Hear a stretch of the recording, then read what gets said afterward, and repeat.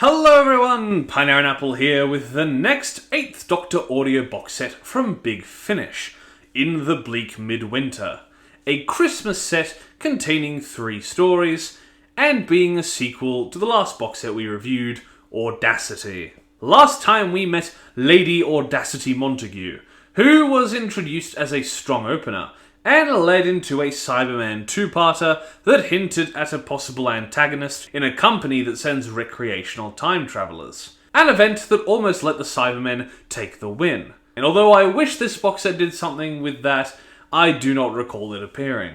This box set is also another return of Charlie Pollard into main character status, which, although is disappointing as it relegates Audacity to second companion, it is nice to see her again. And I hope that the two will get along well. Now, without further ado, let's see if these stories can get us into the Christmas cheer. I'm writing this just after Christmas, but there's no way this comes out near that time, so 24 Doors in December is the first episode of the box set, written by Big Finish mainstay John Dorney, and is an interesting tale. It resembles your common type of Christmas character drama, with a Doctor Who spin, and is also the first story we see the balance of both Audacity and Charlie in the companion role. And although not a typical Doctor Who story, i.e. turn up at space emergency, fight alien, leave, the two do get along well and their relationship is used to good effect. During the story, Audacity, played by Jay Griffiths, is just as strong and opinionated as in the last box set. But with the other characters to balance her out, I didn't feel the rare feeling I got last time where her personality went over the top into being more unpleasant than strong-willed. There is also a nice running aspect to her character, where Charlie, who is more modern than her, although not fully up to modern times, discusses with her the differences in Christmas practices between their times, the evolution of St. Nicholas to the Santa Claus we know today being a pretty drastic change, all aspects considered. Charlie herself is also quite good here, played again by India Fisher. It's always nice to see the long-running audio-only companions return, her even reappearing with fellow audio-only companion Keriz in the first of the new Sontarans vs. Rutans audio line, which I'm sure we'll look at once it finishes. As said before, there are standout moments with her in Audacity, but over the course of the episode, she is a pleasant presence in the story. Even though the companions aren't the main focus, she even gets a little song. Joy to the world, the Lord is come. Of course, 8 is also in the story, once again reprised by Paul McGann, and while the focus of the story is on the new characters, the Doctor is pretty good in this. He doesn't have a lot of standout moments, but at the end has a nice speech, and his attempts at helping the story's focus characters were fun, even when a little out of touch socially.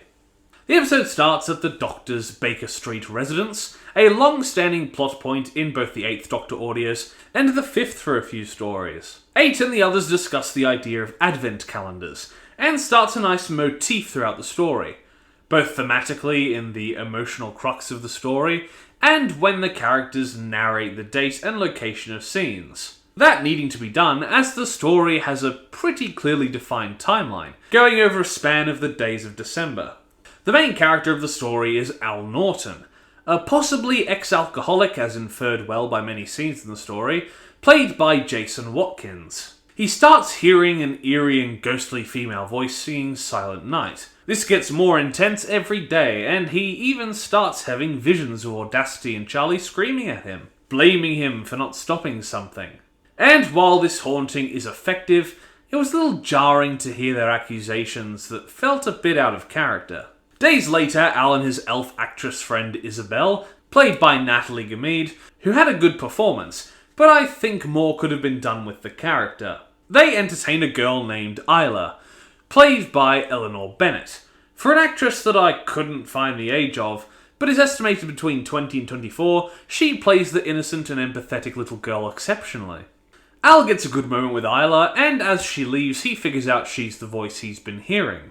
Isabel helps Charlie and Audacity find a Santa to hire for a Christmas party they decide to throw to put Baker Street and their time to good use in throwing a party for the children. And 8 has an encounter with their boss, a fun and rightly little used character called Santa Nicholas. Nicholas being his real name, played by David Hall.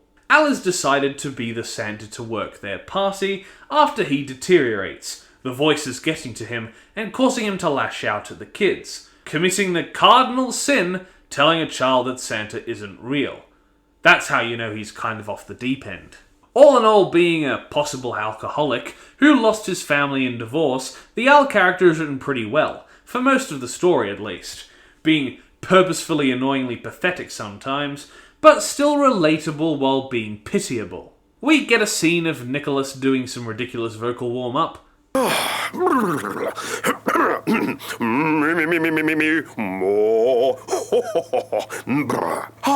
Right, yeah, sure. Yeah, I'm going, yeah. And Al freaks out seeing Audacity and Charlie out of the visions, leading to multiple days of the Doctor coaxing to get him comfortable around the two, and giving us more hints into the premonitions. Isabel freaking out and Breaks being hit.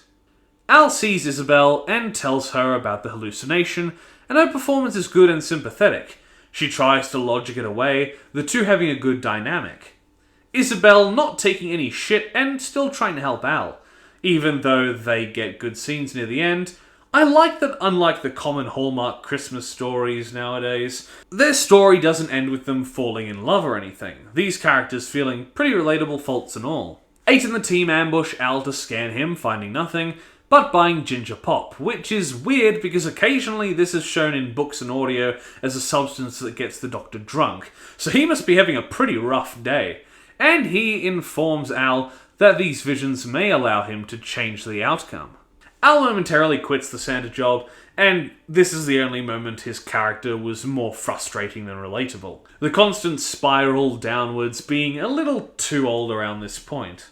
The Doctor finds Al at a pub called the Red Lion, apparently the most popular English pub name, and has been in at least 4 other Doctor Who stories. He tries to stop him going in, using the door motif well. As one closes, another one opens, and all that. I know the saying. Do you, though? Really? I mean, you're familiar with it, who isn't? But do you genuinely know what it means? And he guilts Al into working the party, which happily goes off without a hitch. But as Isabel leaves, Al realises the vision must be occurring now as he hears Carolus performing Silent Night. Isla sees him across a road and crosses without looking, Isabel being the driver who attempts to stop, but would have failed if not for Al protecting her by jumping in front and pushing Isla away. The scene was pretty tense and is a nice way to give Al a positive emotional ending, especially when 8 sees him in the hospital and the last we hear of Al getting to see his kid again, which is perfectly underscored by a rendition of Silent Night. At the end, before they leave, 8 attempts to rationalise events, but doesn't get very far.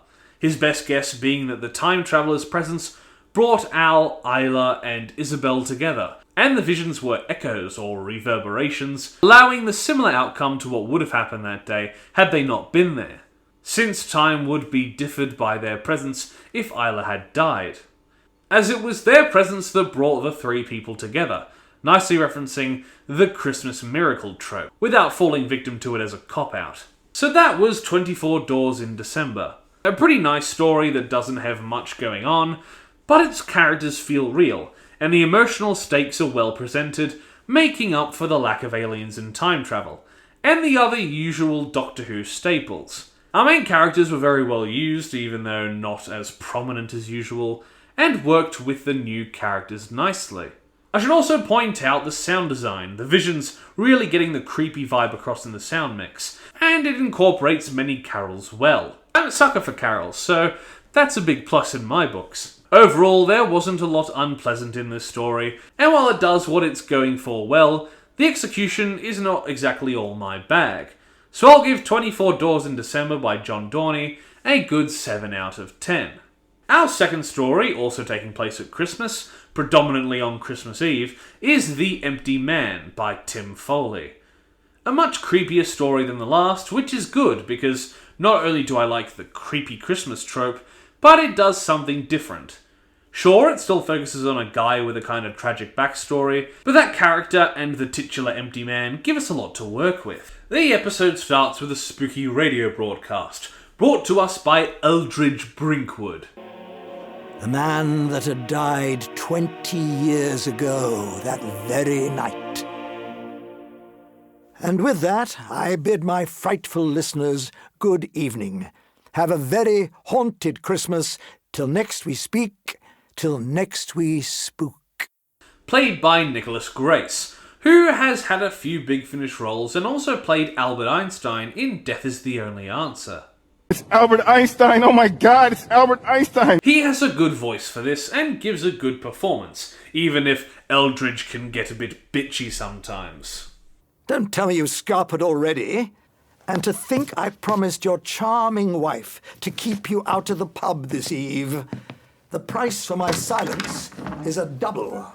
When leaving, he finds his studio person, or whatever you'd call them, missing and runs into the title character, who lurches for him slowly while looking much like him, but is saved by the Doctor, who gets him away and towards a car where Audacity and Charlie are waiting, using it to escape the slowly following creature.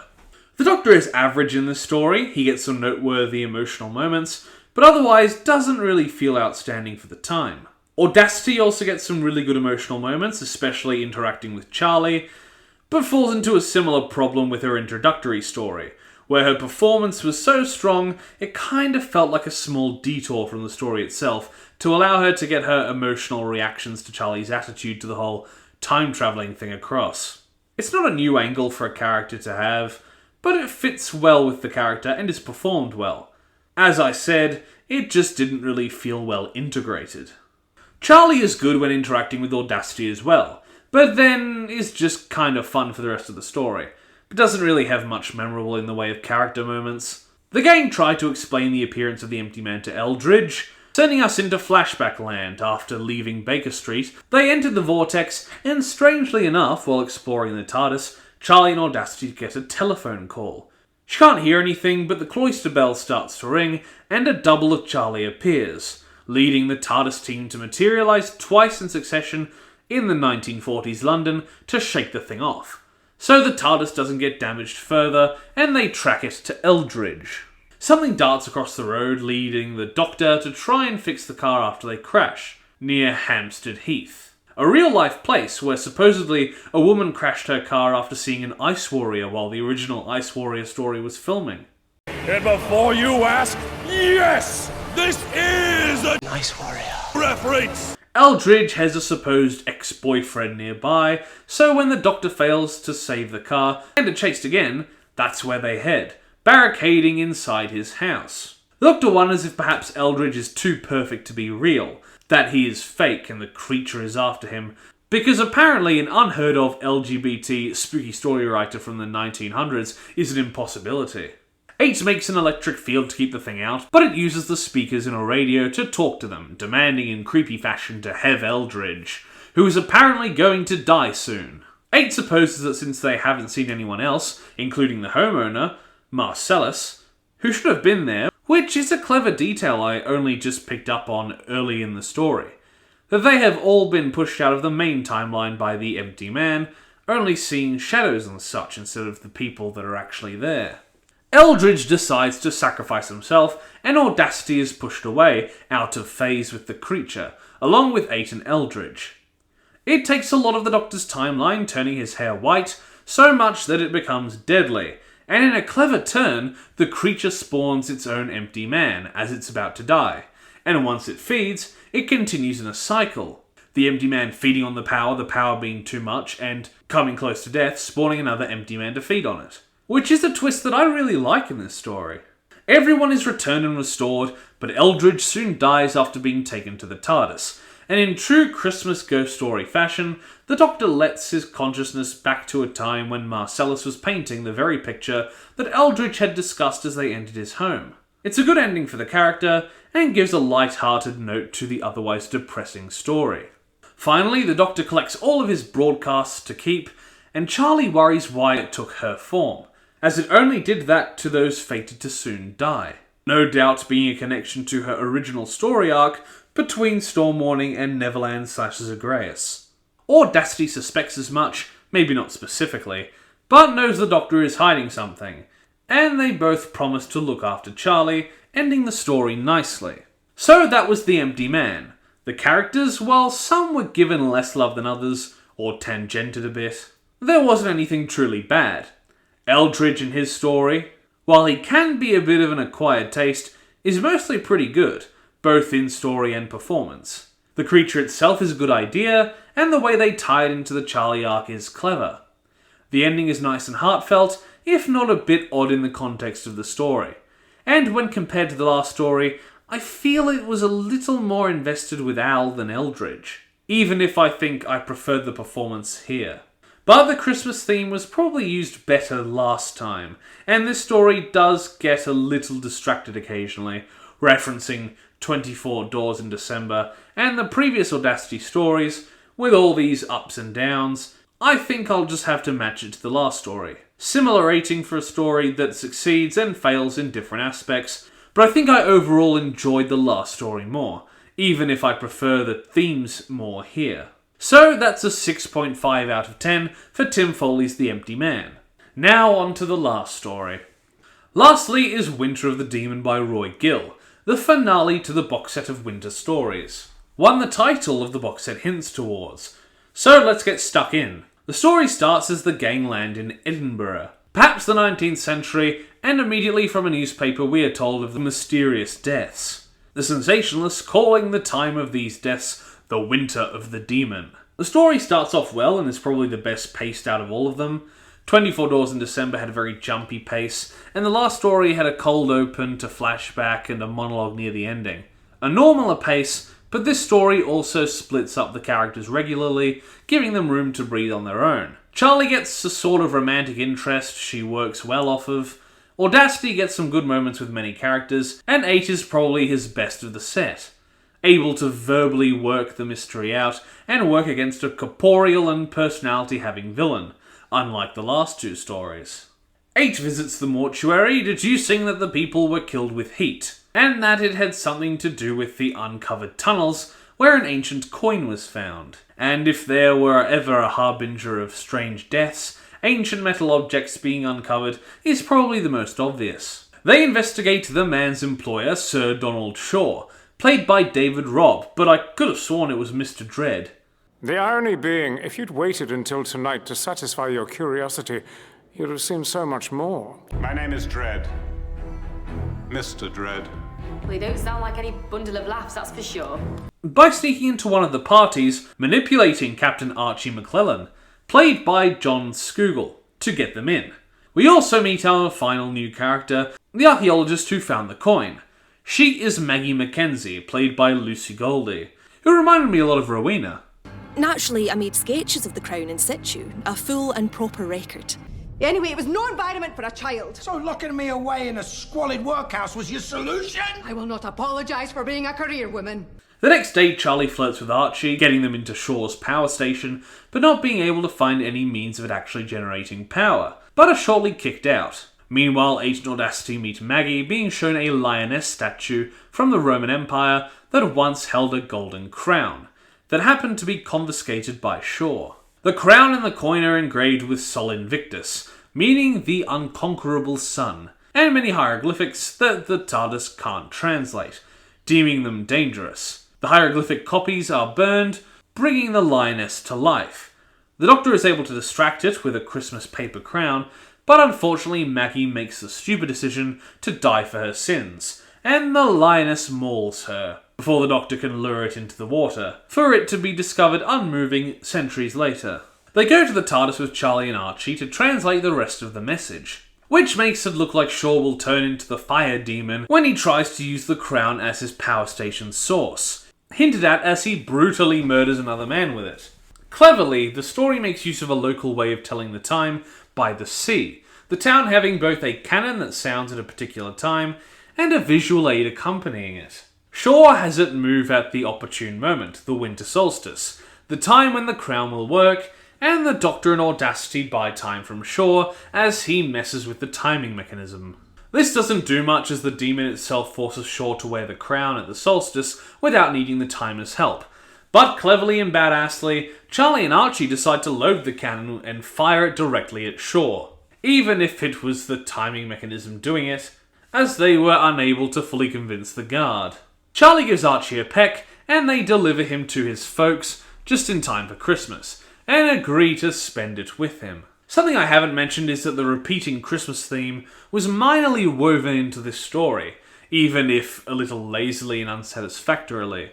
The TARDIS having stopped them at English Christmases back in time to get to this point and stop shore. And the power of Sol Invictus. A clever idea, but not executed very well at all. So overall, the characters get good moments, the villain is interesting, and performed well. In fact, I think all the parts were performed well. But there are some strange decisions like Maggie's death, and the poor way they tie into the other stories, or even the lack of Christmas themes, meaning it stands out from the other stories in that way. But it is also a bit more of a generic Doctor Who Monster of the Week story than the other two, tonally and when it comes to the more clear-cut narrative. Meaning it is more of a fluid listening experience, and is probably more accessible to the general listener, even if only by a fraction. So with all these pros and cons, I'm just going to have to rate it on the same level as the last story, still good like the last two, but probably more on the level of The Empty Man for me, giving it another 6.5 out of 10. That leaves the sequel to the box set, Audacity, a total score of 6.6 out of 10. And I'll put the graph for these episodes next to Audacity's episodes, showing that I like the story's last box set more, even if I still liked these ones a lot. I hate giving these stories low scores, but not every story can be a 10 out of 10, or even a 7 out of 10, and that makes me sad. But I'm trying to be critical here. And even though I love the Christmas theme, I respect the Devouring's ability to introduce a companion, and the Great Cyber Wars long story was great as well. I do miss Liv and Helen, but I don't think I'd mind hearing this team together again sometime soon. Thank you everybody so much for watching my review of In the Bleak Midwinter. Please like the video if you liked it, comment down below if you wish, consider subscribing to the channel, and if you do, ring that notification bell so that you're told every single time that I make an upload. Once again, thank you for watching, and I'll see you in the next video. Bye! Toast. A little piece of toast. Because there's so much to choose from. There's brown bread, white bread, all sorts of wholemeal bread. It comes in funny packages with writing on the side.